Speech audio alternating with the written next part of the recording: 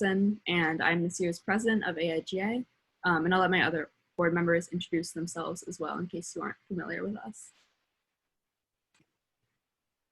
My name is Matt. I am the vice president. I'm Hannah. I'm the secretary. I'm Kaylee, and I'm the treasurer. And I'm Brian, and I'm the junior executive. Again, thank you everyone for attending and supporting this event. It's definitely a privilege to be able to hold this panel and have the opportunity to connect with our design community. We have 3 amazing panelists for you this evening. They're all graduates from the graphic design program at St. Rose.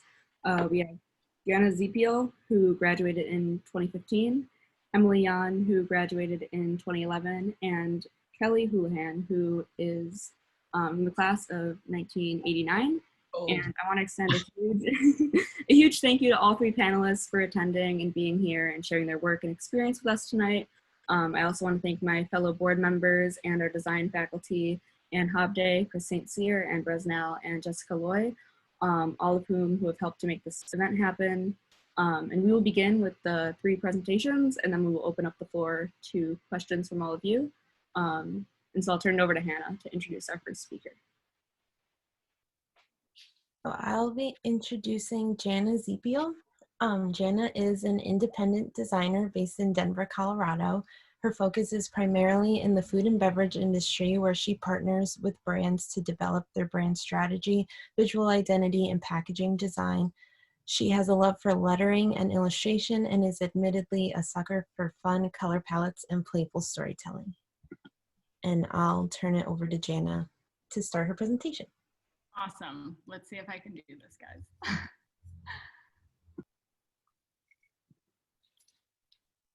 Okay. Can you see this? Yes. Yes. Okay, okay, we're in. Yay! Alrighty. So to start off, hello everybody. I just wanted to thank you guys all for having me. I'm so excited to be here.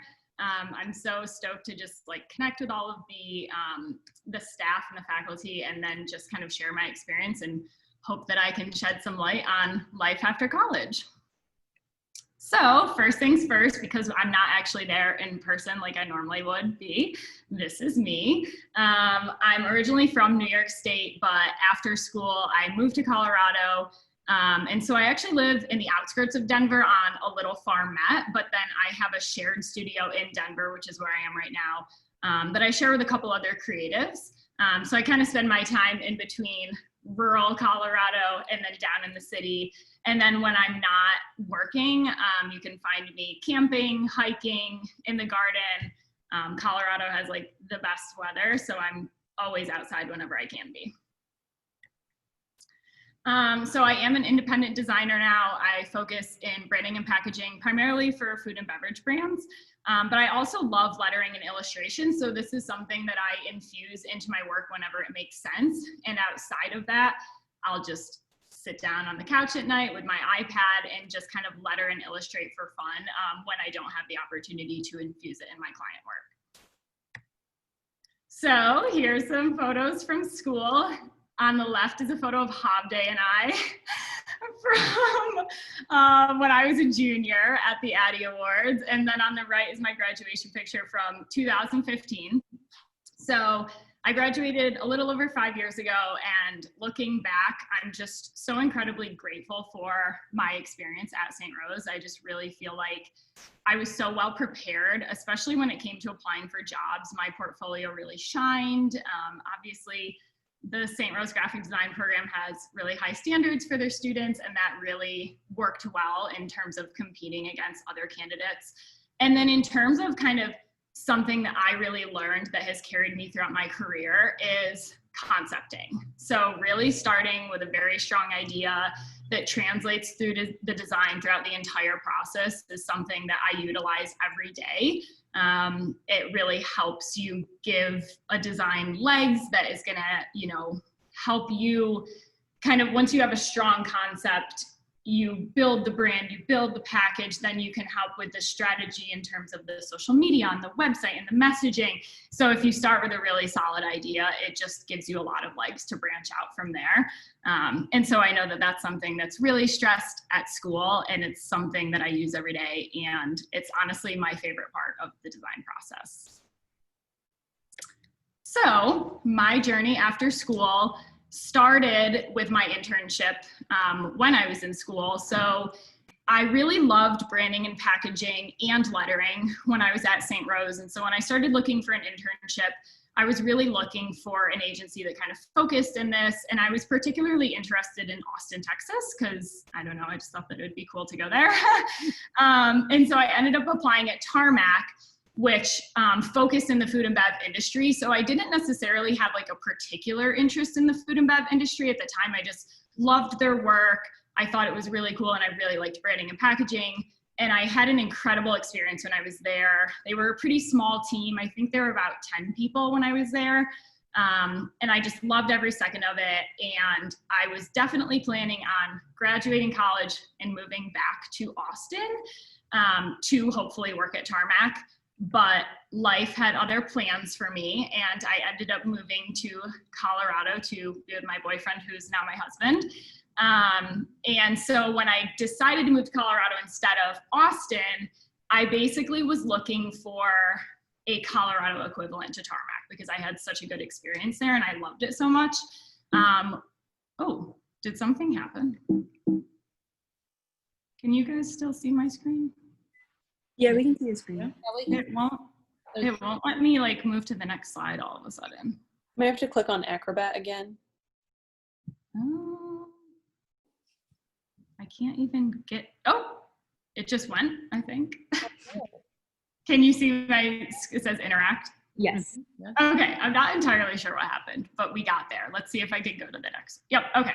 So anyways, so looking for a Colorado equivalent to Tarmac, I found Interact, which was another like boutique agency that focused in food and beverage branding and packaging. It was a very small team.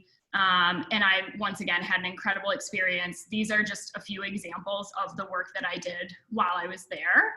And so I think that my experience was so unique because the photo on the left is the team that I joined when I first started. So we were only 6 people. And in the almost 4 years that I was there, we grew to 16 people.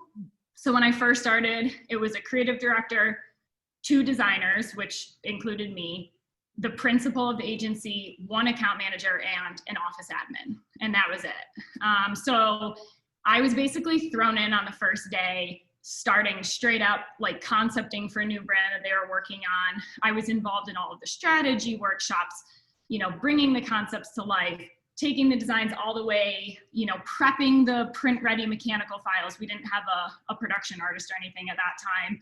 I would lead client phone calls. So it was really an interesting experience because I just so quickly was thrown into it all and learned so much and saw every part of the process.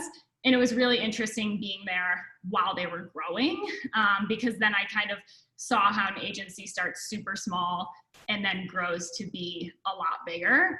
And I would say that one of the biggest things that I learned while I was at Interact was really all about strategic branding and packaging. So instead of just design for design's sake, a lot of people, you know, maybe think that you just design packaging to look pretty, but Interact was all about strategic branding and packaging. So they would, first of all, we started with a competitive analysis where you really look at the category that you're designing for. So if you're working with a chip client, you do a complete analysis of the category to, you know, what the other competitors are doing, what they're saying, what they look like, and then you strategically position the brand up against them so that hopefully your brand will stand out and ultimately lead to sales. And so one example that I kind of wanted to chat about was Fody. So this is a project that I worked on while I was there. And Fody is a brand that is specifically formulated for people that have irritable bowel syndrome. So people that have IBS can't have certain foods, like onion and garlic are two really common ones that they can't have. And so Fodi is this company that makes things like pasta sauce and salsa and things that typically would have those trigger foods in them, but without them, so that people that have IBS can actually enjoy them. So our strategy was all about smile inside and out. So when your gut is happy, you are happy. These people that are struggling with IBS can actually eat food again that they once loved, but they were no longer able to have once they found out they had IBS. So this smile inside and out really translated through everything. The word mark that we developed has the smile off of the Y with a little tongue at the end. All of our photography style was very playful. All of the product themes had these fun little phrases at the beginning, like Lil Nutty almond coconut snack bars, ooh la la French dressing. We had taglines like eat life to the fullest, and even our photography style had these playful balancing ingredients. So that's just one example of how, you know, we started with that concept and that strategy of smile inside and out, and it translated from packaging design to copywriting to messaging to all of their social media. And pretty much every touch point they have has this really joyous personality to it. So another project that I worked on while I was at Interact that was probably my most proud project is Deep Indian Kitchen. So Deep is the country's largest manufacturer of Indian food, but their positioning in the market was very polarizing. It looked very ethnic, and it wasn't the most approachable, and they were really trying to be much more approachable and attractive to millennial American consumers. So here's a before and after of what their design looked like versus what it looked like after we did the rebrand for them. So the strategy behind this design was all of India is here, and really bringing all of India to American consumers. So we ended up coming up with this concept where we were really inspired by Indian architecture and Indian street painting and street art. And so we came up with this system where all of the boxes had these archways on them. They were, the archways are actually coded based on product category. So all of the entrees have a certain archway, all of the appetizers have a certain entree, and then all the street food has a certain archway. And then all of the pattern work and colors and typography are all really inspired by kind of the culture of India.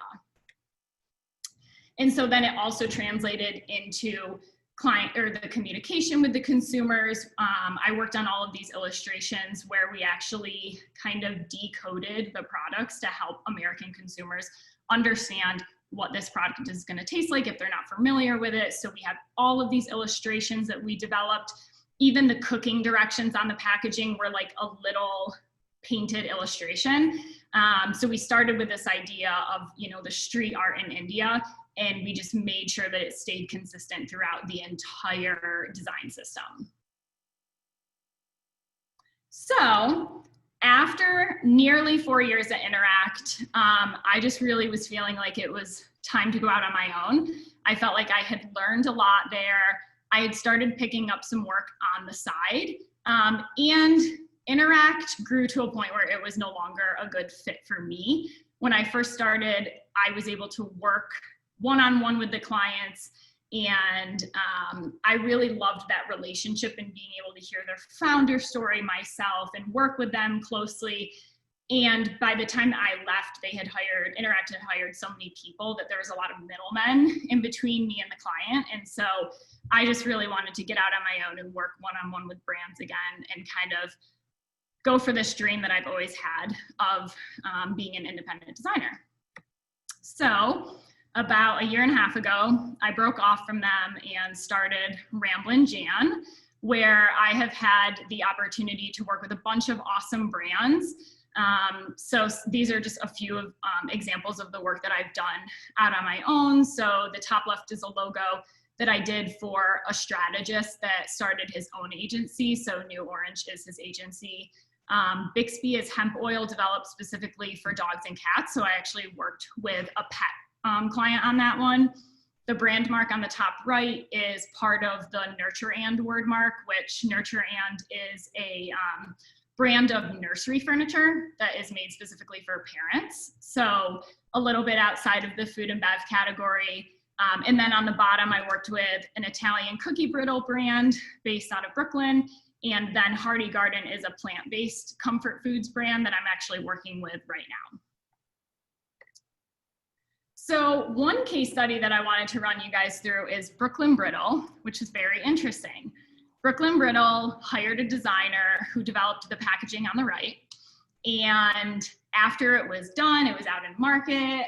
Joanne, the client, loved it. She got a cease and desist letter from Brownie Brittle for her packaging looking too similar.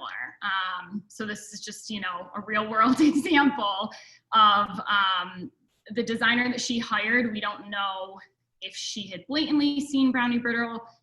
You know, I doubt it was a coincidence just because there are a lot of similarities, and it's kind of hard to see on the right on Brooklyn Brittle, but it even has like a faded gray pattern in the back. So long story short, she hired me to completely change the design. Brownie Brittle had said, if you change your design, we won't sue you, essentially.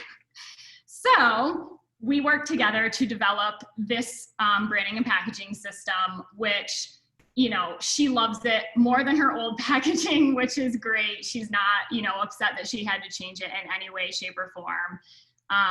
And the strategy behind this is really that this cookie brittle just makes you happy when you eat it. It's an indulgent food. It's definitely not like a health food by any means. It just makes you feel good when you eat it because it's so delicious. So her tagline that she uses a lot is "Be happy, bite the brittle." So we use this really colorful palette. We have these fun illustrations. And then I was personally inspired by Joanne's pride that she has. She's an Italian woman from Brooklyn. She has a lot of pride. So I specifically put the cookie brittle kind of like standing on its edges in this really prideful stance with the shadow almost as if the cookie brittle is in a spotlight. And then additionally, we brought in some texture and grit into the word mark that really just relates back to kind of her heritage, the fact that she lives in Brooklyn. She kind of has this grit and edge to her. And so this was awesome because we developed the branding and packaging, and then I also worked on some web banners with her. I helped her with her launch on Instagram of debuting the new packaging design. So the bottom right image is this fun little Instagram post that we came up with to kind of like build up the hype for the new packaging design. So all in all, it turned out awesome, and she actually had to submit the packaging design to Brownie Brittle to get them to sign off on it to say, okay, it looks different enough that we're not going to sue you, and we got the go-ahead. So that's good. And yeah, she's just had a lot of success and gotten a lot of attention since we did the new design. So that was a really fun project to work on, and I just feel like it's, you know, whenever you can help somebody out like that really struggled, it just makes you feel so good that you're able to like help her out of that situation. So all in all, I've been out on my own for 1.5 years. I would say the first year I learned something new every single day, and I still learn something new every single day. It was definitely a little scary, but you just kind of have to jump in. One thing in particular was when I was at Interact, I needed a solid strategic foundation to start on before I could start designing. I couldn't just like have a blank canvas and just design for design's sake. I really needed that strategy. But at Interact, we had brand strategists that would put together workshops and lead workshops, and I would be in the workshops, but I never actually led them myself. And so once I went out on my own, I was just like, okay, I'm gonna be a brand strategist too. So I just, you know, would pitch it to clients and include it in my proposals that I'm also gonna do the strategy. And then I figured out the kind of exercises that I wanted them to do to get to the strategy. And we would meet up in person and for like 4 hours and figure out the brand strategy. So that's something that I really never did on my own at Interact, but I just kind of had to figure it out. And it's been great. So I'm just, in year 2, I'm really focused on kind of, I have learned how to vet clients a little bit better, and I've learned more about pricing. I definitely had some projects in the first year that weren't super fulfilling, or it was such a low budget that in the end, I wasn't like super happy with the work. So now I'm just really learning how to vet the clients and partner with people that really allow me to have creative freedom so that at the end of the day, I feel really good about the design that I produced. So aside from that, my 3 kind of pieces of advice or words of wisdom that I have are number 1, sometimes starting small can help you grow big. So this is really relating to kind of my experience at Interact and the fact that I started at this smaller agency, but I was able to wear so many hats that I learned so much. So, you know, in looking for your first job, sometimes you're so tempted to just like, you know, get the really big agencies that have like the really well-known clients, but sometimes maybe you aren't able to be as involved in every piece of the process. So for me personally, starting at a smaller agency was really helpful in learning a lot. Then number 2 is fight for your ideas. So the example that I showed you of Deep Indian Kitchen, I had that idea of the, you know, inspired by the Indian architecture with the arches and the filigree and the street art. And when I came to my first check-in with the creative director, he just like didn't love the way that I had executed my idea and he didn't think it looked great and he wanted to kill it. He was like, I don't know, this looks like something you'd see at Trader Joe's. Like, I just don't think that this is working. And I was like, Fred, I think that this is a really good idea. Like, give me another chance to just like refine the design and make it look better. I think it's gonna work. So I came back the next time. He was like, oh, you're right. This is like, you've really improved it. It looks great. And then when we got to the concept presentation with the client, we showed them 5 different options and they just chose that one right from the get-go. And they were like, this is the one. This has to be our branding and packaging. So if I hadn't fought to keep it alive, it would have died. So I just really believed in it and ended up working out. And then lastly, make friends everywhere you go and stay in touch with them. So this has been particularly helpful, especially when I went out on my own. I would just meet people, whether I'd be at a trade show or if I worked with a freelancer that Interact hired, I would like keep in touch with them and go to coffee with them.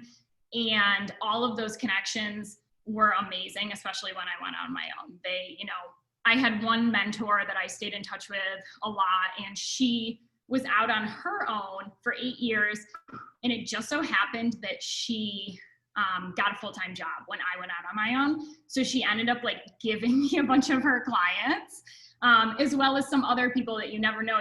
You end up meeting somebody and then they have a friend that's like starting a business and they need a logo or they need some design work. So if you can just like be friendly, be a good person, make friends, and then remind yourself to follow up with them and just stay in touch with them, it can really suit you well, and kind of, you never know what's going to happen when you meet a stranger somewhere. And that is it. So once again, thank you guys so much for having me. I'm just so excited to be here. Oh, I see some applause. It's so cute. Thank you, Janna.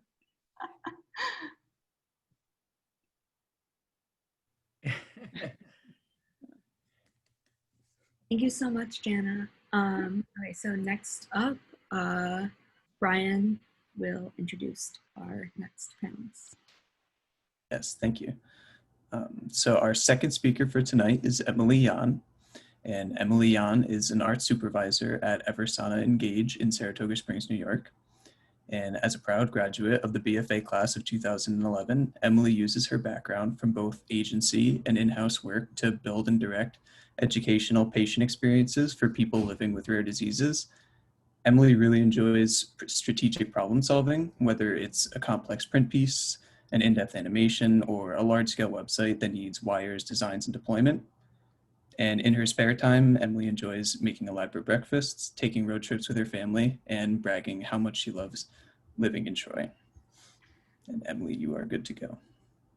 Awesome, thank you. Okay, let me get this going.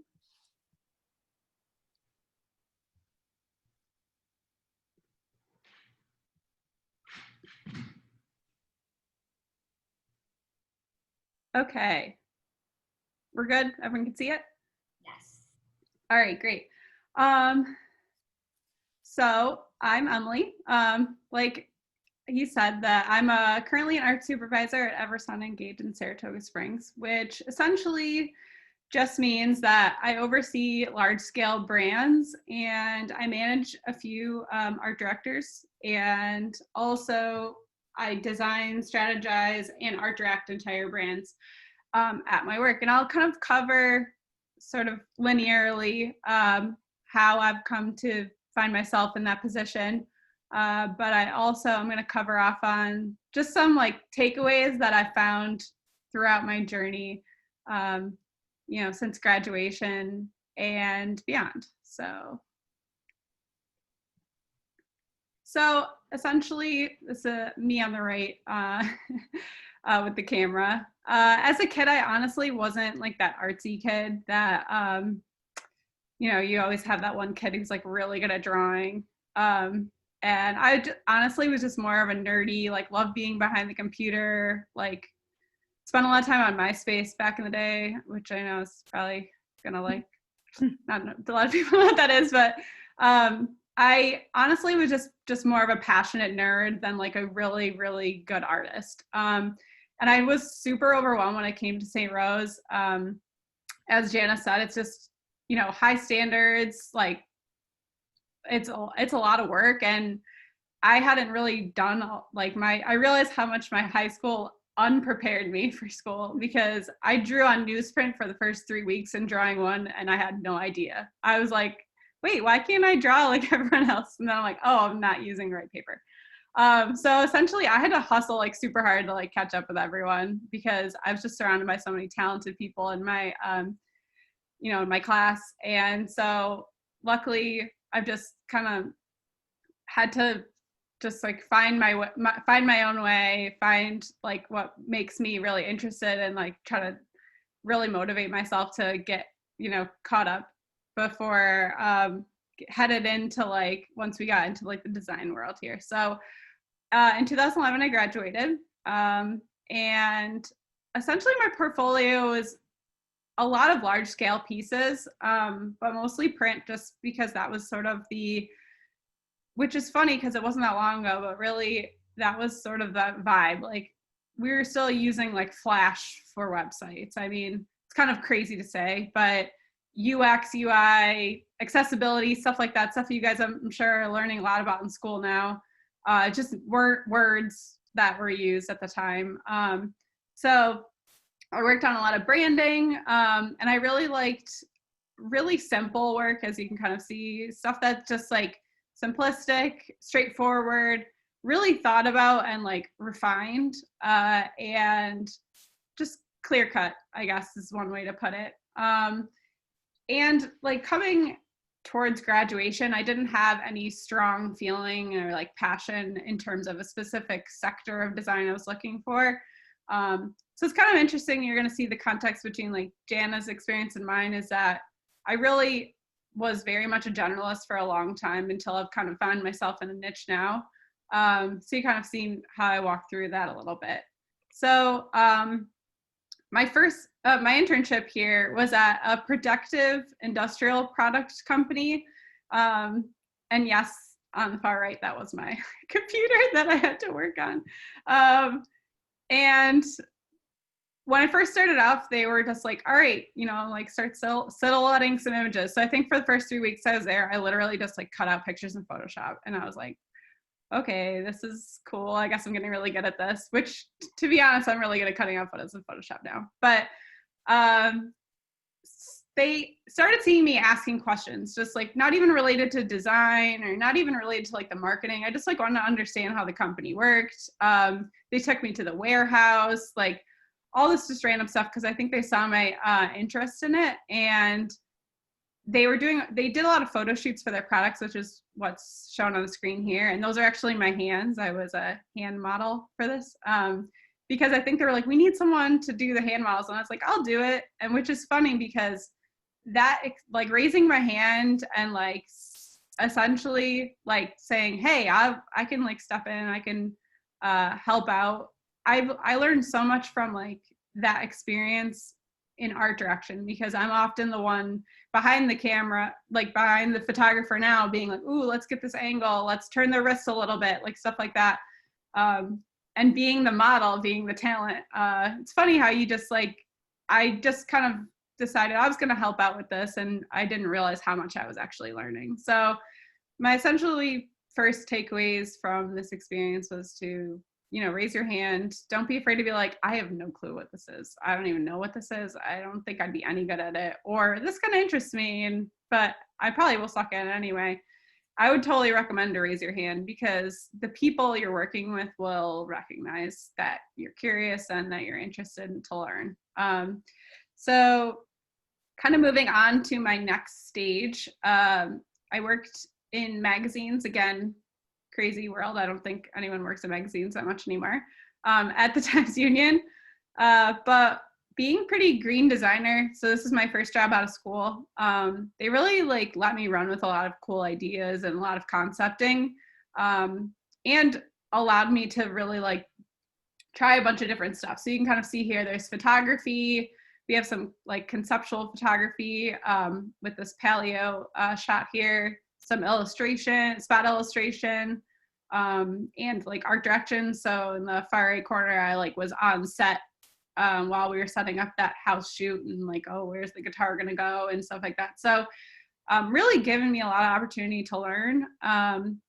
And I always kind of knew that magazines wasn't going to be the end all be all for me.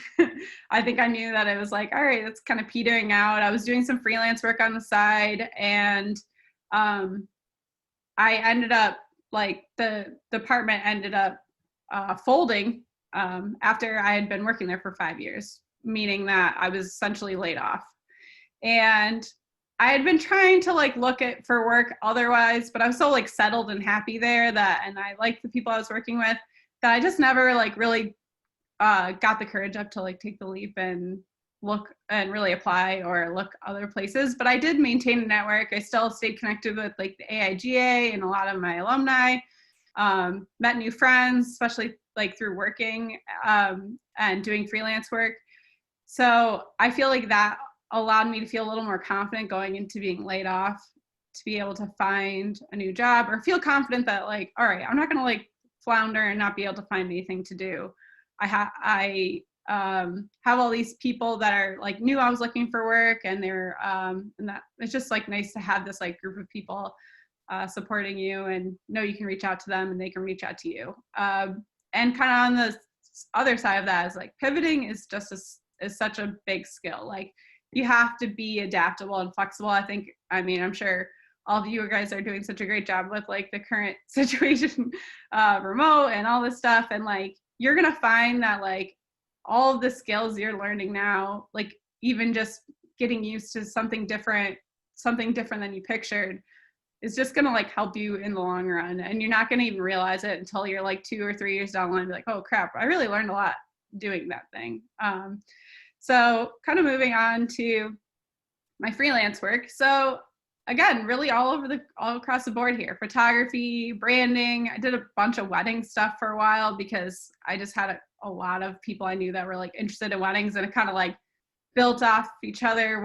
I did wedding suite for someone, and then all of a sudden someone else wanted a wedding suite, which was cool because I got to do this was letterpress. So I got to work with letterpress people. And that was really fun to, play around, get dirty with, and run prints and stuff. Did some website, help build some Squarespace websites for some clients. And then the Troy poster on the left was essentially self-assigned. Troy, I don't know if they do this still, but every Troy night out, they would have a different artist essentially display their work. And it was the 100-year centennial of Troy, so they wanted me to do a historical thing. So I just got crazy and did some hand lettering, stuff I hadn't really not had a lot of experience with, but I always would doodle on the sides of my notebooks. And I actually got a bunch of freelance work from this poster. People called me up I want to have something like this for the cover of blah blah blah. So I think in terms of this, you really got to let yourself play, which I know the last thing you want to do at the end of the day working in design or Illustrator all day is pick up the computer and draw some boxes and play with color palettes or something. But maybe it's something else. Maybe it's making creative TikTok, or I don't know, cross stitching, or I don't know, just I feel like giving yourself a chance to like try something else new kind of plays off my second step thing here is like, be a generalist until you aren't. Maybe you're finding you're like really good at like app design or something, but you're like, I don't really love it. Like, I'm really good at it. I feel like I'm really efficient. I can get it done. It all makes sense. It's making connections, but I don't enjoy the work. It's not fun. I feel like allowing yourself this like time to try a bunch of different stuff allows you to really hone in on like, maybe the thing you're good at isn't the thing like you love, or maybe the thing you love to do, you just need to get better at. So kind of moving down the timeline here. Because of a lot of this freelance work and because of the networking, I was able to gain employment at Upside Collective in Albany. Essentially, it's like very typical marketing agency. They do a bunch of different work for a bunch of different clients. A lot of it's through the Albany BID, which is the Business Improvement District. Essentially, they do all the events and stuff for downtown Albany. They have a few residential clients. They also had a lot of like freelance fun projects like this t-shirt and the Christmas card and stuff like that. So again, really allowing me to stretch my legs. And I was like the go-to person because I had such a wide background of like photography, all this stuff. So I think, and what I liked about working at an agency versus like in-house is the ability to help people more directly. I think it's just like you're seeing the clients face to face, you're kind of tweezing out things between their conversations that they're not saying, because clients often are not super creative minded. They just want something and they just don't know how to tell you, and that's why they're hiring you, is because you're the one who has to figure it out. And I think that being that helpfulness and being able to use my skills to help someone directly, I just like really clung to. And working in the agency life kind of taught me a little bit about like being able to pivot and, you know, serving people and seeing that direct impact your work is having, you know, being able to go in downtown Albany and seeing like a flyer with this Restaurant Week logo on it. Like something like that's just neat, you know? And essentially I knew when I was ready to leave Upside, I just wanted to chase that like helpful, like helping people and being more directly impacting people, which healthcare, which is kind of where I've ended up now, is very great for. So, so this is my current role at Eversana. I started as an art director and senior art director. Now I'm an art supervisor, which essentially just means I help manage other art directors. But this is what I'm showing on this slide is really only like 10% of what I do. A lot of it is behind the computer, but I just kind of want to tell you a little bit of story about specifically what we do. So these two children on the left here, they have a rare disease, which you can't really tell, obviously. They've received treatment for this rare disease, and the disease I have specifically affects their motor function. So without treatment, because it's the number one, essentially the number one genetic killer of infants is this disease. So without treatment, it's very detrimental, like trouble walking, eating, breathing, because all of your muscles are affected. And because these children receive treatment, they're able to run and talk and play and do all the things you're doing here. So my clients, all the clients I work with at Eversana are pharmaceutical companies, and they create drugs for rare diseases. So essentially it's my job to tell these children's story, tell their parents' story, and just not mess it up. So that other people who find out their children has a rare disease knows, okay, I understand this treatment. I understand how it works. I'm comfortable giving it to my child. And I want to advocate to my healthcare team for this treatment. So essentially I help build a lot of this collateral material that helps these people show up to their doctor's office and like, I want this. This is the stuff. This is the thing I want for my kid. which is like really hard and just really challenging to, it's just a kind of a really interesting problem to solve, right? So a lot of the time I spend is doing a lot of that strategic work. All right, like where are these people in their journey? You know, are they like, did they just find out their child has this disease, or are they, you know, what would help motivate them to choose this treatment? Because we really do believe this is the best option. So a lot of it is what you're seeing here is visiting them, visiting their families, visiting their parents, and having them tell their story and create testimonials, and having these kids on camera showing all the things that they're able to do. And it's really, really rewarding. And so essentially what we do is like you know, the patients and the caregivers are the cornerstone of all of our work. And so we showcase everything we do with focus groups. And that's why our clients like us so much, is because we have this like really patented way of just getting in the mindset of these people. And I think essentially as designers going out into the world, you, I'm sure, have a lot of talents, some that you don't even know you have yet.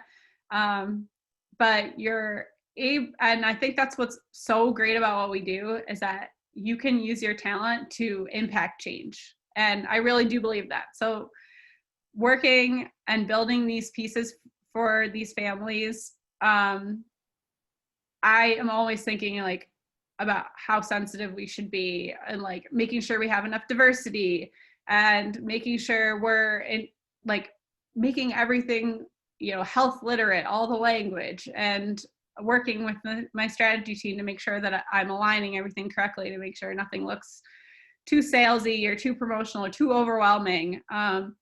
Because the last thing you want to do is overwhelm someone when they need a lot of information, kind of parsing things out. So I think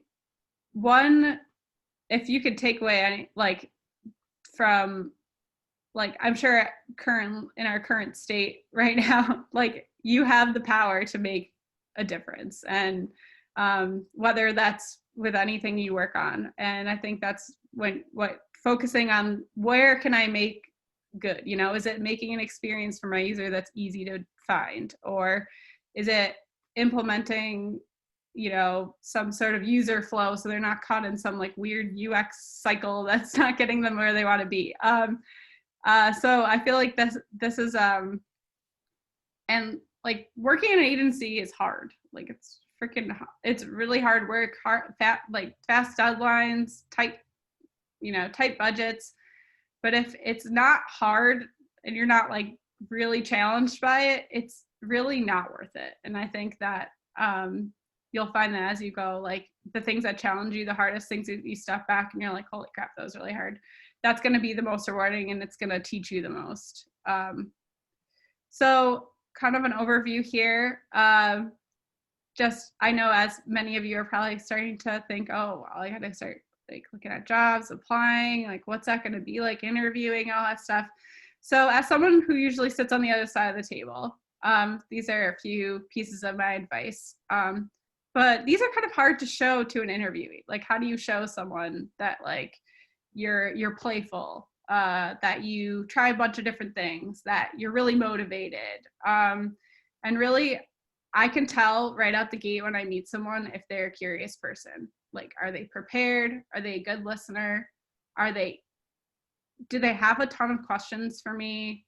Do they seem like interested? And that's going to take you so far. I mean, your portfolio obviously speaks for itself. You're going to do a great job presenting it when you meet with someone, but that curious person, the person who's willing to learn, will always kind of rise to the top, because you're working with people, unless you're not, unless you're working on your own. So a lot of people want someone who's just going to be that person who asks questions, not be afraid to be like, I don't know this, but I'm willing to learn. And this is honestly the thing that has brought me to where I am today, is this, innate curiosity that I have. And I really think it's just one of those talents you can continue to hone, and people will see it from miles away when you showcase it. And I think as designers, our job is to, problem solve, and that curiosity really takes it to the next level. So if you are interested in some of the stuff I talked about, feel free to reach out. This is my email here. You need some advice, want some opinion on some work or anything like that, I'd love to help. And yeah, this is awesome. I'm really glad I got to tell my story, and hopefully some of this advice is helpful to people. Thank you for having me. Yay! Great job, Emily. Thank you. Great job. Thank you so much. Thank you so much, Emily. Next, we will have Kaylee introducing our next panelist.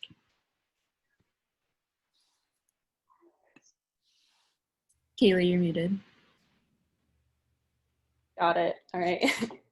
I'm introducing Kelly Holohan, who is our next alumni. Kelly is a designer activist whose creative research focuses on issues surrounding the LGBTQ+ community, women's rights, health and wellness, and environmental protection. She is co-creator of We the Women, an initiative designed to raise awareness and build platforms around women's rights.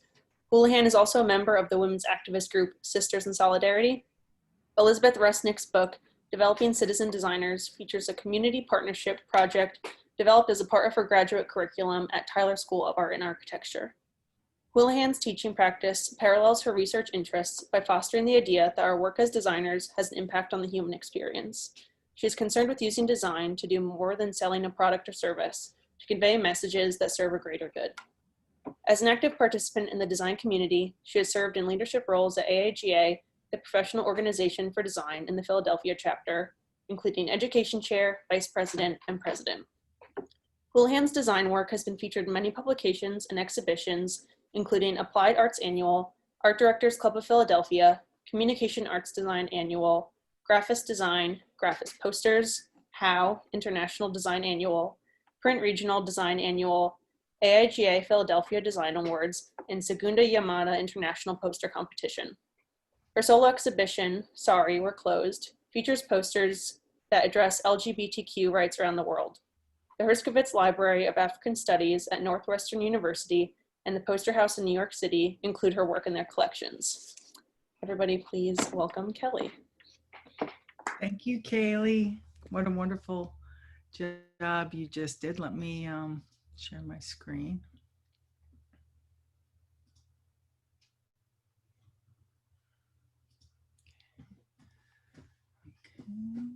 Get this going. Okay, can everybody see? Yes. Okay, Yep. Great. Thank you. So the one thing I neglected to put in the bio that you read is that I'm a professor at Tyler School of Art and Architecture in Philadelphia. And your own Ann Hobday went through our MFA program. And so I'm really happy to be here today. And I'm glad that in some ways COVID allowed this, because we can do these things remotely and be places that are harder to be. Kelly, and I went through their undergraduate program. Yes, you did, Jess. And Kelly, I went through the master's program. I know, I'm going to talk about that. Oh no. Okay. Hug each other. Love it. This is great. I'm going to talk about that. Okay. So this is all about connections. And why? There it goes. So first I'm going to talk about my journey from St. Rose to where I am now. So I graduated from St. Rose a very, very long time ago. In 1989, I just did the math. That was 31 years ago. And so when I graduated, I worked in Albany for 5 years at the New York State Department of Labor. I supervised lots of St. Rose internships at the Labor Department. And I even taught a class at St. Rose as an adjunct while I was there. And while I was there, I met a lot of incredible folks during my time at St. Rose. But the person that shaped me the most is here tonight is Chris Herrick. And her guidance continued after graduation when it was clear to me that I really needed to go to graduate school. And because my goal was to be a full-time educator. And so she helped me identify schools to apply to, and she even sat down with me to help me create a budget to be able to financially prepare for graduate school. And so in the end, I chose to attend Tyler School of Art in Philadelphia to get my MFA. This was also Chris's alma mater and Jessica's, and I just mentioned Anne. And so in 1994, I left my full-time job in Albany. My folks thought I was crazy because I had a full-time job and they didn't get what I was doing, but they got it later. And it was to reach for something that was much more meaningful to me. So my 2 years studying at Tyler were some of the most intense and also the most rewarding in my life. I developed my real visual voice, and I nourished even more new relationships during that time. And so when I was there, Tyler alumni Iris Brown came to talk towards the end of my studies, and she saw my work, and then she went back to her firm in New York City, and she asked them to interview me. And in 1996, that's how I made the jump to Bernhard Fedima Design Group in New York City. And so when I was in New York, I met a lot more great folks, including Richard Wild, who was the former chair of the design department at SVA. Richard retired, I think, last year. And so he offered me in 1998 an opportunity to teach a class at SVA. And that really cemented my love of education. It gave me a chance to hone my teaching skills with a super diverse student body. So when I was in New York, I still was connected to my Tyler family in Philadelphia. And so when a full-time job opportunity presented itself, my teacher at Tyler, Alice Druding, reached out and asked me if I would apply to that job. And I did. And in the fall of 2000, I accepted an assistant professor position back in Elkins Park. And that was really the start of my career as a full-time educator. Another little note, so Tyler moved from Elkins Park to Temple's main campus in Philadelphia in 2008. They built as a brand new building. It occupies an entire city block in North Philly. And in 2018, we just had a name change that is now, we're now Tyler School of Art and Architecture. And that was accompanied by a new identity launch that was designed by Paula Scher at Pentagram, who's also a Tyler alum. So that's how I arrived at the career that I have now. And I just finished my 20th year at Temple Tyler. And so I'm going to switch gears now and talk about some work that I did along the way. So in 2001, 9/11 happened, and it was exactly 2 weeks after I permanently relocated to Philadelphia from New York. And hate crimes against Muslim Americans were rampant. And I felt this need to do something creative to express my frustration. And so for me, this image marks the beginning of my designer activist identity. I continued to use my design skills for sociopolitical activism with his awareness poster for the environment. Upside down, it's an oxymoron that uses a positive-negative relationship to tell the story. And the poster literally flipped upside down. And I use this technique again in a more recent design that I'll show later in the presentation. I was exploring issues about gender equality, like this design completed for Poster for Tomorrow. I was doing posters for crisis relief, like Hurricane Katrina on the left, and a poster for earthquake in Nepal. And then I did this image for marriage equality. And this was designed right after I came out as a member of the LGBTQ community. And by coming out, not only was that a shift for me in living more authentically, but it represented a huge shift in the focus of my creative scholarship. So I created a body of work. It started in 2014. I launched it in 2015, called Sorry We're Closed. And it was designed to bring attention to LGBTQ human rights issues around the world. So in order to, I'm going to show 3 of the posters from this collection. And in order to, I have to do it in an academic way because, you know, that's what I do. In order to understand some of the context of the work, I'm going to show a symbol that inspired the design and some background on each issue the poster is addressing. To begin, I'm going to start with probably the most recognizable of the symbols, the rainbow flag. So the rainbow flag's become a global icon. It's been used all over the world to celebrate LGBTQ pride. And even the Museum of Modern Art acquired the flag as a symbol in a work of art. It was designed by this guy right here. This is Gilbert Baker. He designed the original rainbow flag in 1978. Harvey Milk, the San Francisco city supervisor, asked him to create flags for the city's parade. And Baker thought making it the colors of the rainbow was an obvious choice. You know, he said something like, you know, the rainbow really fit because in terms of that we're all the colors and all the genders and all the races.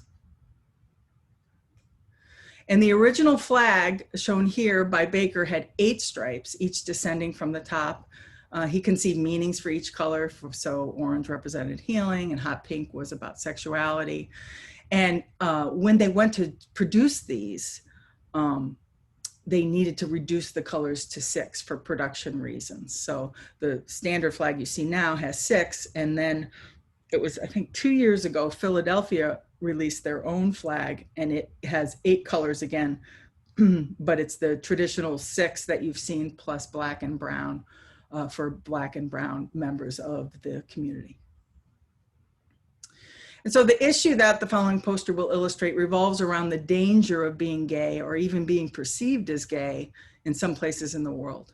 Stigma against LGBTQ communities is lessening in some countries, but many continue to criminalize same-sex contact with the threat of imprisonment or even death. So this is my response. The poster designed for Still Illegal is a testament to how widespread criminalization for being LGBTQ can be.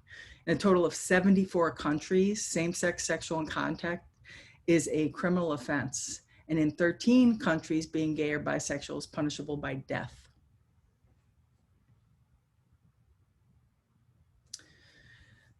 Next up, the symbol that I'm working with is the Red Cross logo. It was designed in 1863. The emblem of a red cross with arms of equal length and a white background is a visible sign of protection under the Geneva Convention. In American popular culture, the Red Cross symbol came to be recognizable as a generic emblem for medicine. It was commonly associated with first aid and blood donation with the American Red Cross. And advertising for blood donation as seen here is commonly associated with being a good person or helping others and heroism. So one of the issues relates to blood shortage, and they're common, and opponents of the policies point out that excluding healthy donors only makes the problem worse.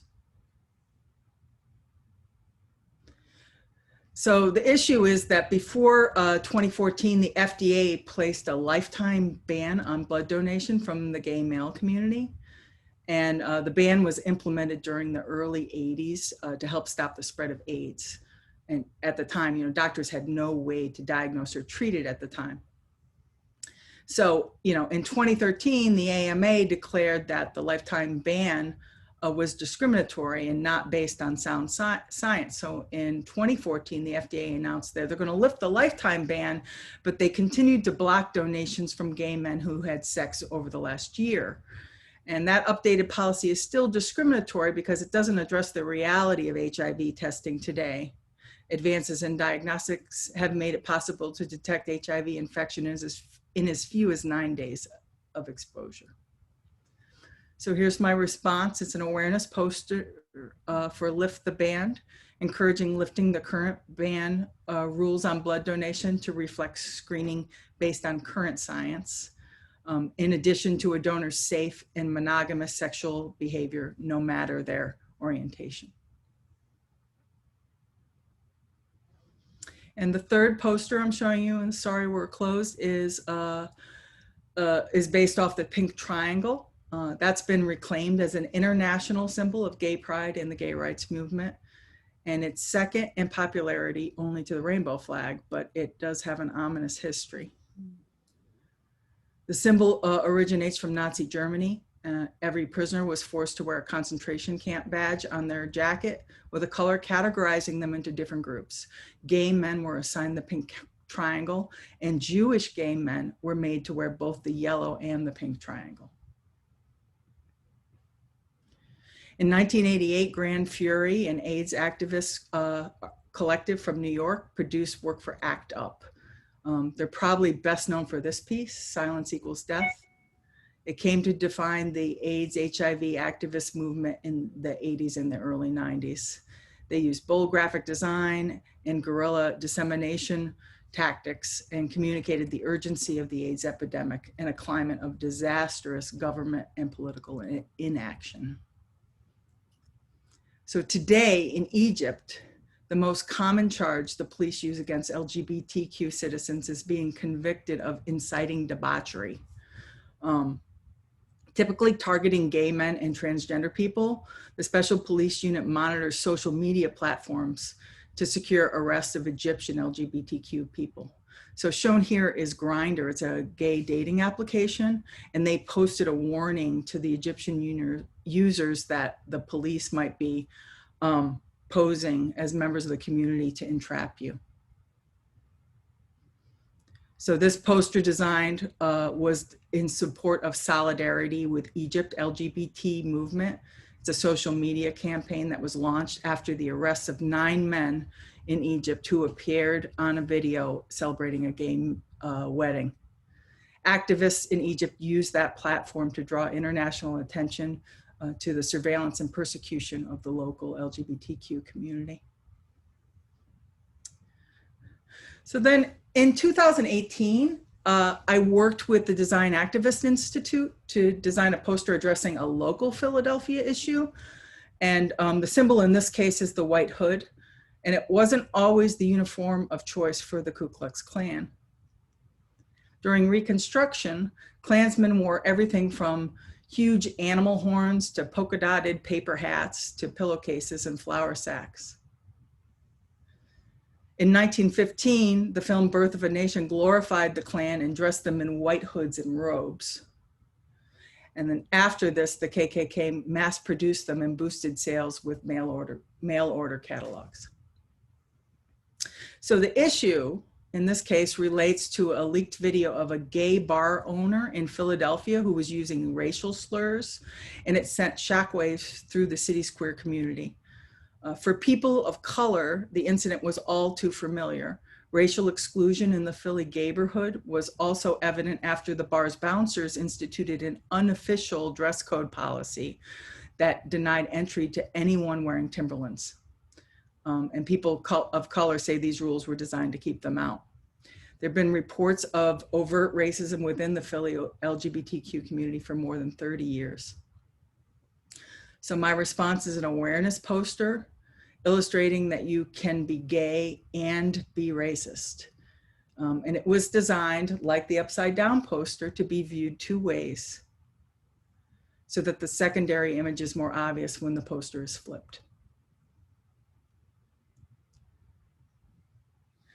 In 2018, I worked on this campaign. So people often use LGBTQ to mean all of the communities in that much longer acronym, LGBTQIAA. And that's lesbian, gay, bisexual, transgender, transsexual, two-spirited, queer, questioning, intersex, asexual, and ally. So that Q for queer has become an umbrella term for the sexual and gender minorities that are not heterosexual or cisgender. For a short period of time, the word queer was used to mean happy or blissful or drunk. A queer fellow in 19th century English is odd. And the word became linked to sexual behavior in the early 1900s as a derogatory term for men deemed effeminate. In the 1950s, queer was most commonly used alongside other homophobic slurs, which have also been reclaimed to some extent by the community. Today, queer is more commonly used to describe non-normative identities with regards to both gender and sexuality. It's an umbrella term used to define a spectrum of marginalized identities. So the local AIGA Philadelphia chapter had never produced any programming that was specifically targeted at LGBTQ creatives. So I spearheaded this Q by AIGA Philadelphia, and it's a new event series that focuses specifically on this community. For the inaugural event, I wanted to organize like a social mixer to bring out members of the creative community, and it was whether they were AIGA members or not. So the poster designed by myself, it was in collaboration with Paul Keppel from Headcase Design, advertised as an LGBTQ mixer as part of AIGA's National Diversity and Inclusion Initiative. The diversity of the community was represented by these different types of vibrant, colorful cocktails. So the overhead angle of the glasses form a pattern of Qs. And in order to make sure that those drinks read clearly as Qs, we styled the drinks and did the photography ourselves. So here's an image of that from Instagram. So we had every swizzle stick and accoutrement that you could imagine. And the drinks were mostly brightly colored Gatorade mixed with water or cherry juice to create that spectrum of color. We felt like mad scientists mixing up those concoctions. And finally, my final project that I want to talk about is a coalition. So last year, we created We the Women. It's a design coalition made up of female non-binary and female identifying designers addressing issues of women's rights in the United States. So the initiative was conceived and executed alongside my partner, Michelle Cooper, and we asked women designers to contribute their talents in the form of poster designs. Each designer's unique perspective is represented in the collection as a response to the attack on women's rights. And the coalition seeks to create a more general awareness around women's rights through the sale of posters and also public exhibitions.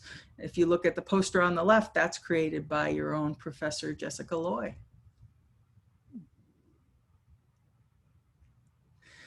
So our inaugural exhibition took place at the African American Museum in Philadelphia in October of last year. And the posters are currently showing at Moore College of Art and Design. And there's another exhibition of the collection that's being installed right now. I just dropped the posters off today at St. Joseph's University. In January of this year, our exhibition traveled to a co-working space in Philly. And we organized 2 events during that because we had it up for a whole month. So the first was a sign making workshop that preceded the Women's March.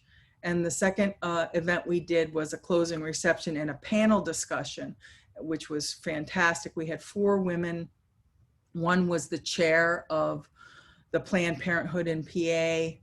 There was a founding member for the Design Institute, the Design Activist Institute.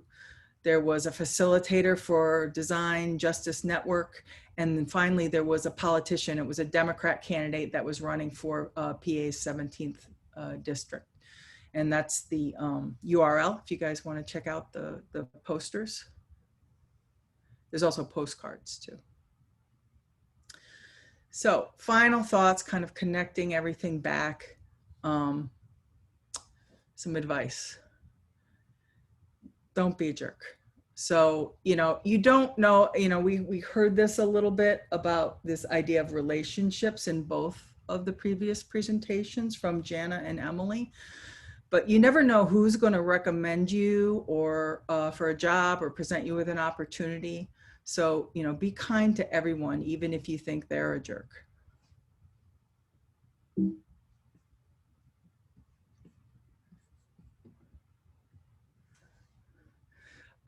Live with gratitude.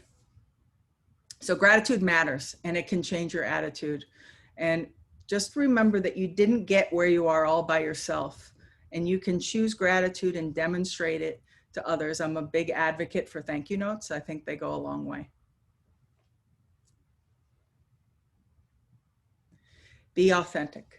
So if you're true to yourself, you're going to have better relationships, and those relationships, as we've already heard, are so critical to your health, your personal happiness. And for me, authenticity in design relates to doing work for the people and the places and the things and the ideas that have value to you. Designing that way is going to gain you respect, and it'll resonate with others. And last, vote. Please, please vote. Young people, you guys represent more than 1/3 of the electorate for this year's presidential election, but it's only going to matter if you exercise your right to vote. Thank you.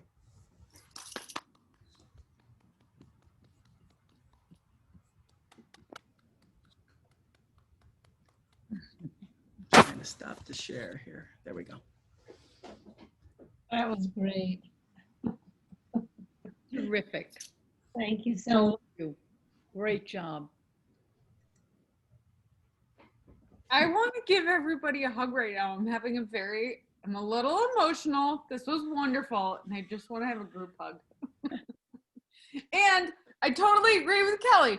Vote, vote, vote, vote, vote, vote, vote. I'm feeling like a psychopath, and you're gonna have to get used to it for another 2 to 3 weeks.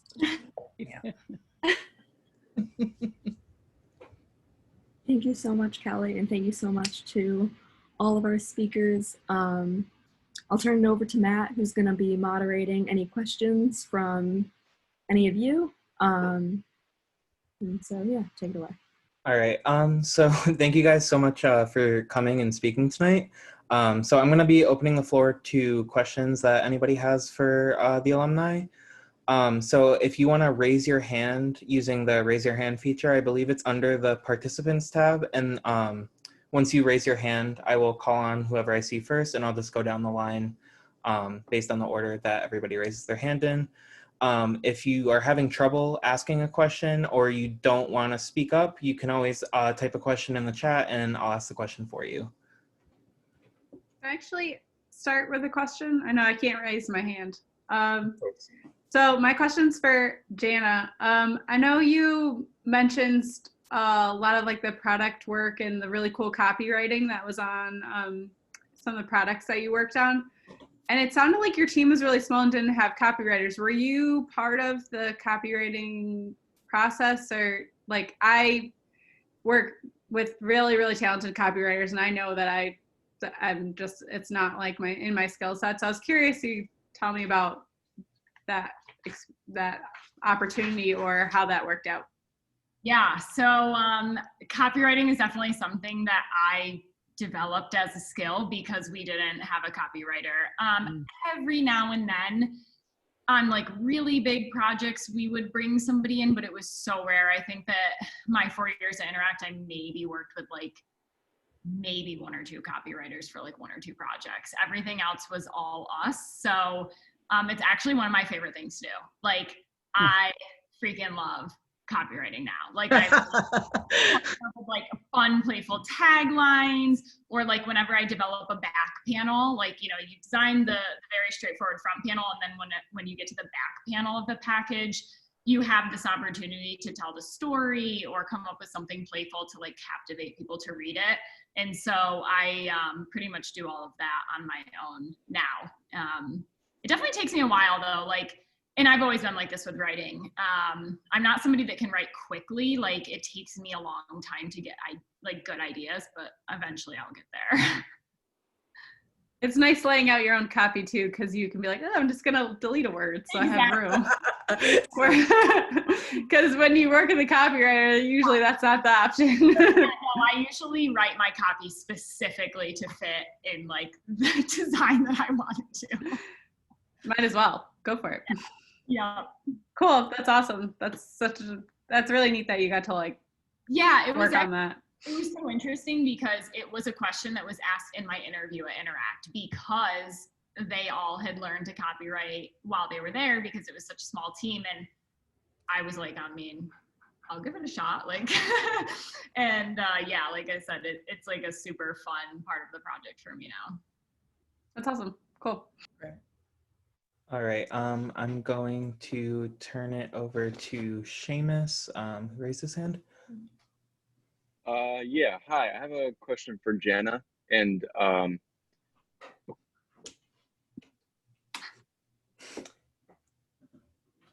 Seamus, you're muted.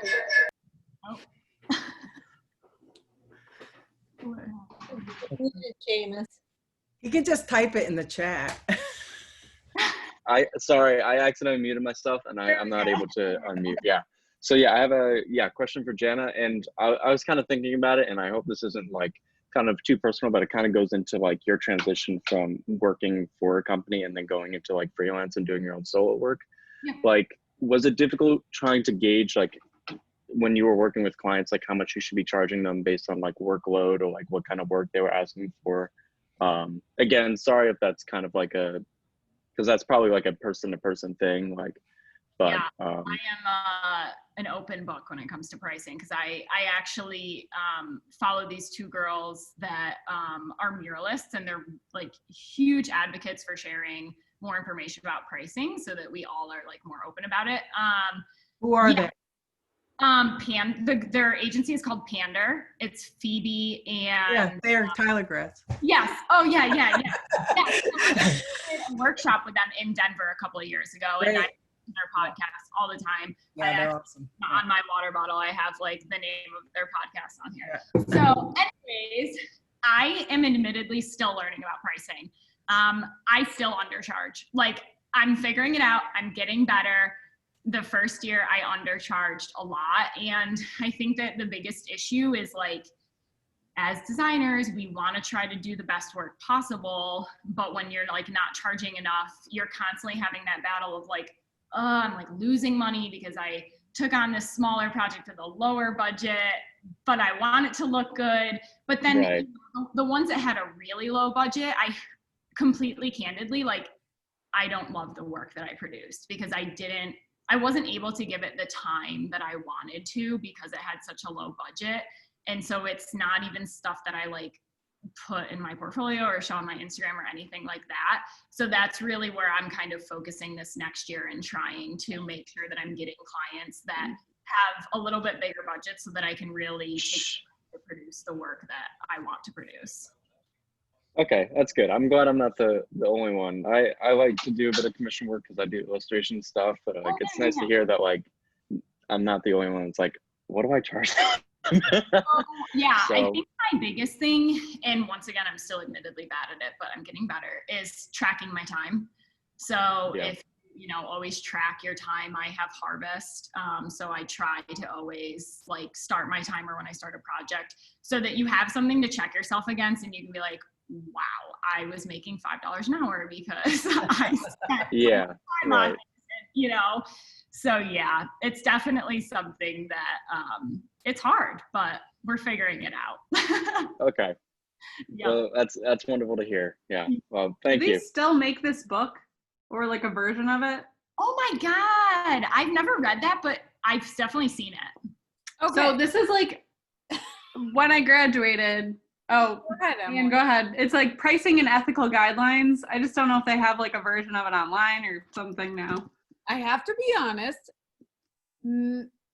I'm sorry, Emily, because you graduated too soon. And I'm sorry, Janna, you graduated too soon. I wasn't the AIGA officer at that point. But now, when I'm the AIGA, faculty person, at the end of every year, I buy all the officers that book.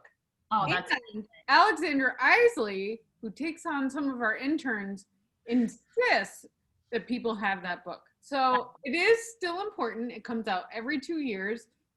I have a gajillion copies in my office, but it is something that floats around the building and all of you should be aware of.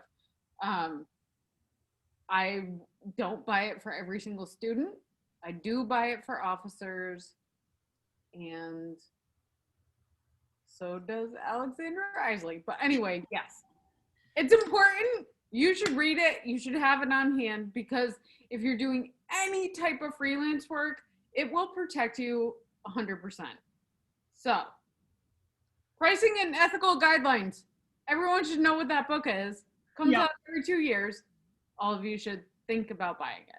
Yeah, mine is outdated, but I still, if I do a freelance project, I'm writing a contract, I always refer to it because it's got every sector in there. Yeah.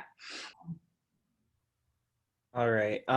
So up next, I believe it was Hannah. So Hannah, if you want to unmute yourself. Okay, I also have a question for Janna. You said that you like to draw on your iPad at nighttime on the couch, and you like to illustrate for yourself and for fun. I was wondering, how often are you able to incorporate illustration into your own work?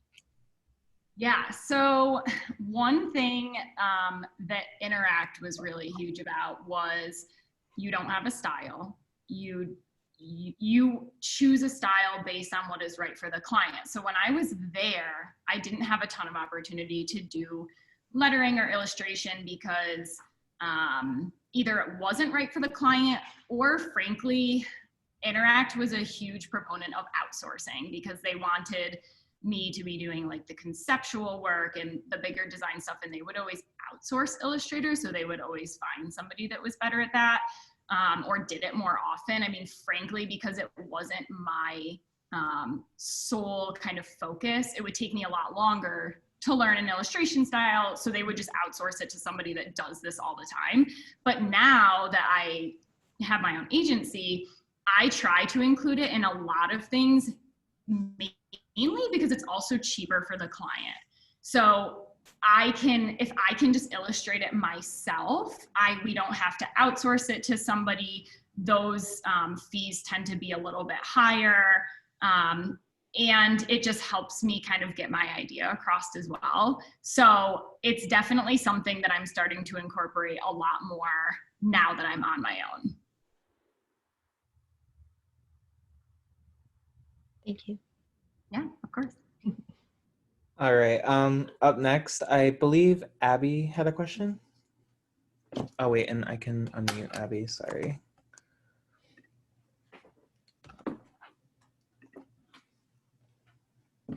Yeah, hi. I actually have a question for Janna as well. So I was really interested in how you were describing your process in making decisions when creating the new design for the Brooklyn brittle packaging, like how you decided to position the biscuits standing in a prideful way because you were really inspired by the company owner's pride. So I was just wondering if that's a consistent tactic you use when creating a company's design. Does it commonly reflect the personality of the people involved in the company? And if so, could you describe your process a little more about how you get to know those people and integrate that into your design? Yeah, so that one was pretty particular, just in that Joanne is this super powerful woman. She's leading this brand on her own. She's powerful mom. And I was personally inspired by her probably more than a lot of my other clients. However, I do always tell my clients that at the end of the day, they're the ones that has to represent this brand. And so you always want to design branding and packaging for the consumer. So you don't want to only look at the founder's personality, because if the founder's personality is super playful, but a playful design won't work in the category and it won't ultimately lead to sales, which is what they want, it won't work. But I always tell them that when they're at a trade show or they're talking to a grocery store buyer or anytime they're representing their brand, they have to feel confident in their brand. And so if it doesn't fit with their personality, they might not feel as connected to it and it might not feel as much theirs. So when it works and when it makes sense, I do always try to develop a system that kind of like fits with their personalities. And in the end, I always show between 3 and 5 different options, and they end up kind of picking the one that feels like the most, like them, which makes sense. So it kind of ends up just working out. But in terms of my process, I really start with a phone call first to kind of chat with them about what they're looking for. And you get a good feel of what their vibe is at that point. And then the strategy workshops are huge. And so whenever I do those, it is like I prepare exercises ahead of time, and then they last anywhere between like 2 and 4 hours, where we really hone in on the brand personality, the brand messaging, how they want to be perceived. I mean, I even ask them questions like, if you had to choose 3 celebrity endorsers for your brand, who would they be and why? Are they, like, what is their personality? Are they, like, what do they believe in, and all that kind of stuff. And so that really helps you get a good idea for kind of how they want to be perceived and how they want their brand to be perceived. And then from there, it's pretty easy to take the concepts. Once you have your brand personality, your message that you want to convey, that story that they're going to be telling. And then I just basically execute anywhere between 3 and 5 different visual representations of that, in terms of, the composition, whether it's illustration or photography, the color palette, the logo, like all of that is visually different, but it all relates to that kind of strategy that we developed together in the beginning. Awesome, thank you so much. So I believe the next question was from Cami. Cami, I just asked you to unmute.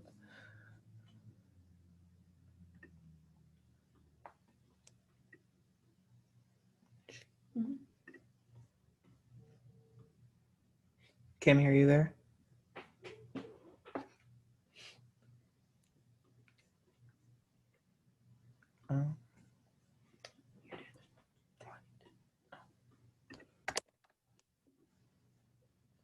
Is she unmuted? Yeah, it says she's unmuted. Yummy. All right, Cami, I'll come back to you once, if you can figure it out. I'm just gonna move on to Carmela, and then you'll just be next. You can type your question in the chat too. Yeah. If it's not working for some reason. All right, Carmela, are you unmuted? Yes. Okay, you can go ahead with your question. Okay, my question's for Emily, and I was curious about a couple of things. I really liked the part where you talked about jumping in and taking an initiative. I'm a junior here, and I know we're starting to do a lot of stuff for internship and looking for places, and a lot of our seniors have been doing these amazing presentations talking about their internships and things that have been going on for them. And I wanted you to talk I was wondering if you could talk a little bit more about pivoting as a skill, and how did you, I know asking questions and asking for opportunities is important, but how did you ask for those opportunities? Who did you go to ask those questions? Sure. So I think it kind of starts with the pivoting kind of comes after you gain trust, I guess. There's a few folds into your question. So the first thing, say you're saying I'm interested in learning something new or getting involved in something that I'm not involved in now, or maybe it's something that they haven't assigned to you, but you're I'm interested in it. the first kind of step, especially if you're working on a team and it's kind of, there's a gatekeeper there, like a boss or a manager or something that kind of decides your level of involvement, is to know that they have trust in you and that they are sure that you are a person that will get the job done and you'll do whatever it takes and you'll be timely and really have a good amount of communication. Because I find the like new art, the junior art director level, like graphic designers, that I find the people that do the best, or people that are constantly, I'm hearing, hey, Taylor's killing it, she's doing a great job, or whatever, like that. It's often, they're not always the most talented person, but they are really, really great at communicating. They'll say when they're having trouble, they'll say when they're like, I don't know if I really like this, or ask for help when they need it, instead of pretend like they know everything, fake it till you make it sort of thing, and they end up failing, and you wonder why. Well, I'm supposed to be training you, I'm supposed to be helping you, and I didn't really have an opportunity to, and you kind of let me down, when you could have just asked me and I could have helped you. So I think if you're trying to kind of get your foot in the door, specifically if it isn't an internship or a situation like that, that sort of trust, and to gain that trust usually is like through good communication and showcasing your skill, like over time. Obviously no one's going to be like, yeah, I'll give you the new guy this new cool thing, because all the other people who are already there want to do the cool thing. And I guess in terms of pivoting, kind of speaking to that, because I had a lot of the interest in freelance, and when I worked at the TU, I had the time to work on freelance, where now I don't really have as much time. Having that in your back pocket to offer, like, hey, I can do headshots for the office, or I would love to come along doing blah, blah, blah, such and such, and just kind of start to make this laundry list of like new things you're learning, and before you know it, you're already leveraging those skills constantly, but you wouldn't ever be able to like say you can help on a photo shoot or something if you just never had a chance to go. So that advocating, it's like I said, raising your hand, being like, hey, I'm interested in that thing. And oftentimes if you have a good manager or you're working with a good team, they'll be like, I want that person to like learn and get better so that they can help me more. And I want that person to be the one who helps me more. So if you showcase that interest, it definitely goes a long way. Hopefully that answers your question. Yes, it did. Thank you so much. Sure. All right. So Cami typed her question in the chat, so I'm going to ask it. It's for Kelly. Cami's question was, as someone who is part of the LGBTQ community, I have been wanting to design a poster or illustration for a while. Your work definitely is a big inspiration. You mentioned using a triangle as a symbol as well as the rainbow, but have you used any other symbols to represent the community?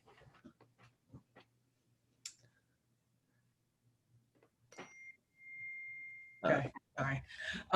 There aren't a ton of symbols to work with. There's the Ankh, and there's a couple other kind of old school symbols. I put a link to the Sorry We're Closed, the full body of work, Cami, in the chat, so you can check them out. I showed the Q thing that I did for AIGA, so the Q became the symbol in that case. The rainbow is just so recognizable that it shows up a lot in my work, but usually it has to do with the message. So if you look at Sorry We're Closed, like there's one there about violent acts against LGBTQ citizens in Jamaica, and it does a play on the Jamaican flag with the skull and crossbones. So the skull and crossbones becomes the symbol in that case. So it just really depends on what the messaging is. depending on who the audience is and what I'm trying to communicate. But I would say as a whole, like the two most recognizable symbols, if you're trying to reach a broader audience, are definitely the rainbow flag and the pink triangle, but there are a few other more obscure ones in there. Thank you so much, Kelly. Next, Sarah had a question. So I actually have two. My first one is for Kelly, and I was just wondering, like, do you ever find it hard to create activist work that centers marginalized groups that you may not be like That's a great personally involved with, yeah. being like specifically a white woman? And could you talk about that a little bit? Yeah. So I could talk about it in the context of a project that I gave in a class. So I did a social justice alphabet with my typography class. And so there were 13 of them and 26 letters in an alphabet. So it seemed like a perfect alphabet project. So each student drew 2 letters at random. And I had put together a list of words, social justice words that began with those, but they could, with those letters, but they could choose their own. And so, it was primarily a class of white kids with a couple of international students. And, we're dealing with topics of intersectionality and racism. And it was like, we have got to bring you need to address your audience. You need to bring other folks in. And so I personally, in my work, I do it remotely a lot. Like I'll reach out to people in networks that people I know or people I don't know, just to find out if what I'm doing is offensive, if it's resonating, that if it's hitting the mark, or if there's something I'm missing. So I did it with this class, and what I did was I invited, so Temple has a group called IDEAL. It's the diversity and inclusion team for the whole school. And I invited them to the classroom. So they came in, a bunch of them, and spent a whole afternoon with us and reviewed the work and gave us really good feedback, and then came back again. So that's the importance, that you keep going back to your audience, to your sources. And so then to thank them, what we did was we printed all the posters out and we framed them and we gave them as a gift to their offices. So now they're like their office walls are lined with them. Oh, nice. Yeah, that's great to hear, like, that you're building like empathy and building bonds with the people that you're creating this work for. I think that's really important, especially Empathy was the key. It's funny. That was one of the end points that I had originally, and I thought I got to stop with the advice. but empathy is the key. You have to. I don't think it isn't always possible to be a person to be a member of the audience that you're designing. Hopefully, if you're working in teams, there might be somebody else there. But even then, you don't just want to consult with one person. You want to get a consensus to make sure you're hitting the mark. And then I had one more question too, if that's okay. This is more for, I guess, everyone. Just like, have you found it difficult to either make or maintain connections design-wise, like in our COVID world? And do you have any tips for either like networking or making connections or maintaining those connections with either designers or people that you work with as a designer, while we're kind of all working remotely and not really having that workplace environment that we're used to, I guess? I'll start. I think that there's all these conferences that I used to not be able to attend because they were far away. So the one good thing that's happened with COVID is that I've been able to access this material that I wouldn't have had access to before because it wasn't online. So I just attended a conference a couple weeks ago that a friend sent me a comp ticket, and it was for a conference that was called Story. It was all about storytelling. Oh, I saw that. Yeah. It was so good. And they had all these little like breakout rooms where you could chat and meet people and talk about, the subjects they were talking about. It was fantastic. So I'm more sad about the relationships I already had, but I haven't found it hard to make new ones. It's actually been a little easier for me personally. So. Yeah, I'm actually going to jump off of that because that's actually what I found as well. Right before COVID hit, I had like a bunch of meetings lined up with like colleagues and friends. We were supposed to go grab lunch and coffee, and they all canceled, of course, because it was like we had them scheduled for like the week that everything shut down. And so some of the people that I already was connected to, we paused for a while where we just like cancel them. We were like, oh, in 2 weeks we'll hang out when this is all over. Right. Which, is a funny story now. But I ended up kind of like enrolling in different, like, everybody that was, I think that everybody was impacted by this. I mean, especially like a lot of us freelancers were impacted financially. Every single person I've talked to had clients that canceled or paused. And so everybody kind of like banded together, and I ended up kind of joining some like different AIGA, like kind of speaking sessions, specifically one with like some designers that I had never met before. And they talked about the impacts of like COVID on designers and everything. And so I actually ended up connecting with them. So I think that it was really interesting. And now actually all those designers that I was trying to connect with that we paused or canceled our meetings with, we're now starting them up again. But in that meantime, I actually made new connections. So, I mean, that's the best of both worlds, is that you can kind of pick up where you left off with the other people, but then meet new people along the way. Yeah, and I guess my advice in terms of this is like, I didn't do a great job continuing to network while working from home, just working so long. And I feel like that's one thing that happens a lot when you're working from home or at the computer all day long. It just feels like the day like disappears from you. But a few things I did notice that made me feel connected, at least with my coworkers and, my friends and people, other designers that I work with, was like always having my camera on when we had when we had meetings, just like showing what you're wearing, showing where you're sitting. Like, I feel like that really made me feel a little bit more like connected to people, and that like everyone knew every time I had a meeting, I'd have my camera on. Like, and I feel like it's weirdly a small thing, but I just feel, I don't know, it just felt like when I would join a meeting and my coworker Sean always has this like picture on, I'm like, hey, how's your cats doing? Like, I just feel like there's something more personal about that connection. Obviously, it just can get a little cold and isolating with like just seeing lots of like boxes all the time.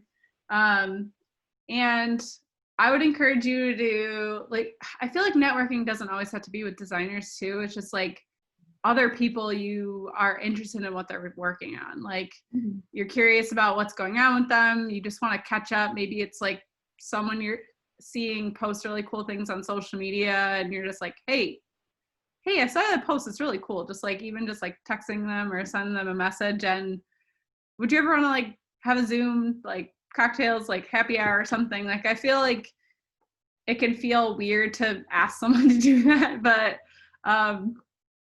it might help, like, what they are saying, like, no. And I think that's just a nice way to be like, stay up on people. And I guess like one other piece would be like posting on social media yourself, like on your own channels, so people can kind of see what you're up to, and like being pretty open there, as much as you're comfortable. I think lets people know like, oh, what you're up to. So when you do reach out to them, or they reach out to you, you have some common ground to talk about. Kind of helps like spin things up if you're just like really interested in talking to someone, but you don't really have anything to really talk about. Thank you guys so much. Thank you. So up next, I believe I saw Seamus actually raise his hand again. Hi again. So this kind of pertains to everyone. So like kind of going back to like when you guys were in school, like during like your education, like did you guys have any doubts in terms of like the major you were pursuing, being graphic design, or like having thoughts about like maybe pursuing that without a college education? And like I guess following that is like what kind of like push you back onto the path of staying in college and kind of pursuing that at St. Rose. So yeah. It's been too long for me, so I'm gonna let I mean, honestly, like hard. I don't think I would have gone anywhere without being at St. Rose, honestly. Like, it was amazing how much more prepared I was than everyone else around me. Like, if there was other people hired same time as me, like, or other people I maybe went to high school with that had like pursued similar, you know, paths with design or similarity with like photography or something, like down to like having your resume. Like a lot of people don't do that. Like, and that's like invaluable. Like anything you do, you need that skill, that interviewing, presenting. Like if you can't present, that's like a big, it's at least in my world, like if you can't speak about your work well, people aren't going to put you in front of clients, and your work will just never get seen. So or like never kind of move your way up. So for me, I know for sure that like I'm not a good person to be like self-taught. That's why I don't freelance for a living, because I need that structure and foundation of like an office and people and like meetings and stuff like that to like motivate me. And that's why school, I think, worked so well for me, is that, structure.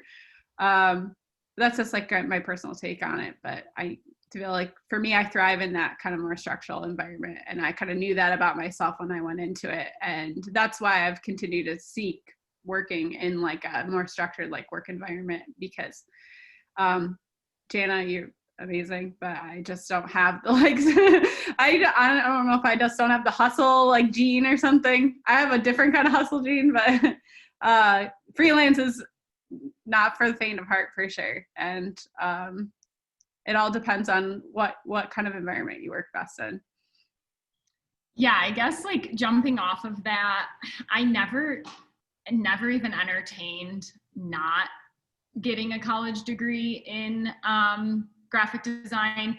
So I actually, are you familiar with like BOCES, like trade schools for high school? So I went to BOCES for my junior and senior year in high school for graphic design. So I actually already like had some basic knowledge, but I just knew graduating high school that I definitely didn't have enough. So I knew I was gonna have to go to design, like proper design school in college.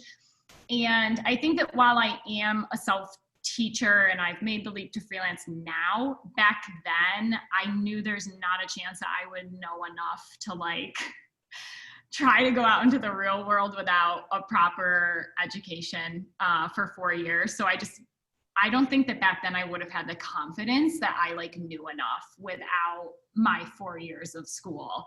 So I just really felt like, I do the 4 years of school, they're gonna prepare me. I would have no clue what I was doing if I didn't have that. And then I even know some designers that straight out of school, they start freelancing. And I felt very similarly, where like, I didn't feel like I could just go freelance right out of school. I felt like I needed a job at an agency to like teach me the ropes, which is really how I learned kind of all about like the process specifically for what I do now. And then I had the confidence to like take everything I learned and figure it out on my own. Janna, can I say something super quick? Yes. And I don't want to put you on the spot, but you just brought up doing like vocational learning and things like that. And I know that you taught for a summer and you hated it. I hated it. That's totally fine. You were like, no, not for you were so excited about doing it. and it was miserable. But I do think there's a lesson in there somewhere for everybody to hear, because you're one of the most like positive, like, we're gonna make this work people on earth. And you emailed me and you're like, no. I You're mean, allowed to say that politely. yeah. So it was for the vocational school, and it was the last month of the school year. Juniors and seniors, they were so checked out, and they knew I was young, and they just like took advantage of me. And I was anxious the entire time. Like I like would have butterflies in my stomach every day as I was driving to school. Like I think that, you know, Janna, I've been doing it as long as I have, and I have butterflies every time I go in the classroom. So that doesn't go away. That's true. Yeah. I think that like the biggest issue was my age and their age and how we were so close in age, and they were just like, okay, we're really gonna take advantage of this lady. And I was just like, no. Well, my point is, I'm proud of you for trying. Like, you were excited about it, you were passionate about it. It didn't work out, but I feel like that's something everybody can learn from. Like, not every fantasy is gonna become a reality. Oh And yeah, no. so it was so nice that you and I like talked through that, and you were just like, nope, nope, nope, I hate it. Yeah, And no. that's great, because some people might do it and love it, and I need you guys to realize that. Like, don't be afraid of doing what Janna did. You were really invested and really excited, and you put in your all, and you were like, not for me. Yep. I think that's I'll add one more thing, Seamus, and I think it has to do with like, the field is so competitive now. I know. That it's like, why wouldn't you give yourself all the advantages and all the knowledge you could get so that you could go out there and feel, like Emily said, like super prepared. 100%. That you were ready. It wasn't like that back in the day when, you know, there were tons of jobs, but now there are more students graduating than jobs available. Although now design is a much bigger umbrella, right? So there's all sorts of things you can do, branch out with in design. It doesn't have to be working in a traditional design studio. So. But regardless of whether or not it's good or bad, Janna, you did a great job trying. You know what you want, you know what you don't want, and it's wonderful. Everyone should do that. And it's great that it was like a short-term commitment. Like, if you can commit to something for 6 months and no one's mad about it, like, great, go do that. Figure out if you like it or don't like it, and then move on from there. Yep. So I thought it was a great move, personally. I learned a lot about myself. Yeah, I love it. All right, and then I think we're getting close to 9, but we have one more question from Allie. So Allie, Hi, my question is for Kelly. You mentioned falling in love with teaching at SVA when you taught a class there. And I guess I was wondering if there was like a defining moment or a moment that stands out where you like knew you wanted to do that. I knew it before that. I actually knew it before that. SVA allowed me to, after I had gone to graduate school, it allowed me that time to kind of start to hone that craft a little bit. But I knew it when Chris gave me my first teaching opportunity at St. Rose. And it didn't matter, like, this is the thing, like, it didn't matter that if I was a designer or if I was going to study French or whatever I was going to do, I was going to be an educator. I was, I knew that probably even before I went to school, like in hindsight, right?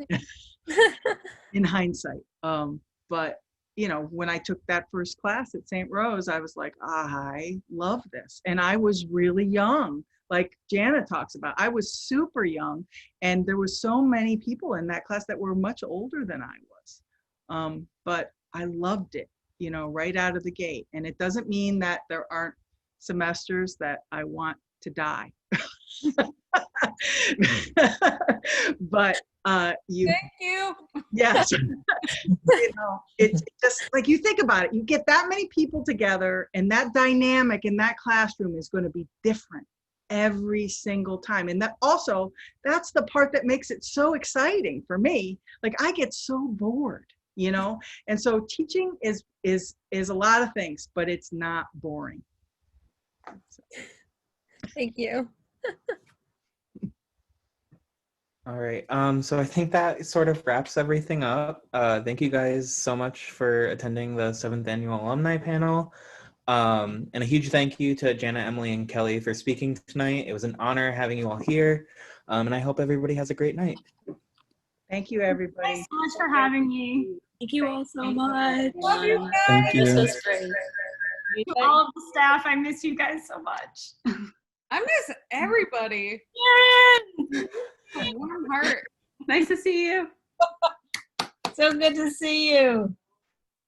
Bye. Bye, Chris. Bye. Nice to see you. Kelly. See you. Bye, Annie. Great job. Bye, Chris. Bye, Ann. Chris. Bye. Janna, be well. Yes, yes. Next time I'm in Albany if things are back to normal. Yeah. I'll come and see you guys. Yeah, I want more coffee. Oh my God. I have to get married. I have the sticker. I don't know if you can see it. Superior merchandise. I got that when I was with you. I love it. Someone else has to get married. It's not going to be Yeah, me. and then this is Bridget's illustration I know. as well as this. Oh, I love it. Guys, let's just all group hug. Group hugging. You. Yeah. Good job, alumni panel. Thank you. This was great. In the chat.